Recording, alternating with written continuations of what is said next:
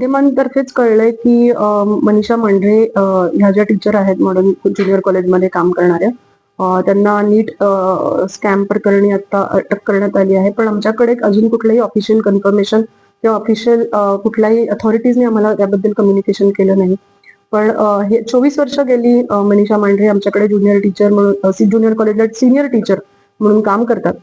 बायोलॉजीच्या त्या टीचर आहेत.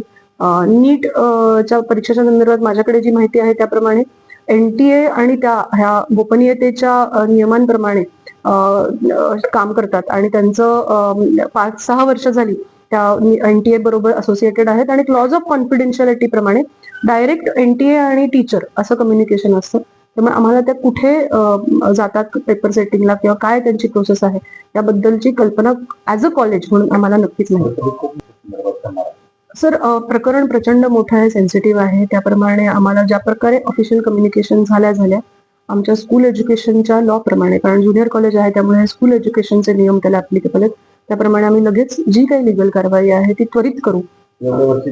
साधारण 9-10 महिने झाले मी इथे प्रिन्सिपल म्हणून काम करते. गेल्या 9-10 महिन्यात माझे त्यांच्याशी जे कम्युनिकेशन झालंय ते अतिशय नॉर्मल कम्युनिकेशन होतं. कामाच्या संदर्भामध्ये एक सिनियर टीचर म्हणून त्यांच्याकडे जे काही मी कामाची जबाबदारी दिल्या त्याप्रमाणे त्यांनी त्या जबाबदाऱ्या हँडल केल्या आणि अतिशय नॉर्मल असं रुटीन कम्युनिकेशन आमच्या दोघांमध्ये व्हायचं.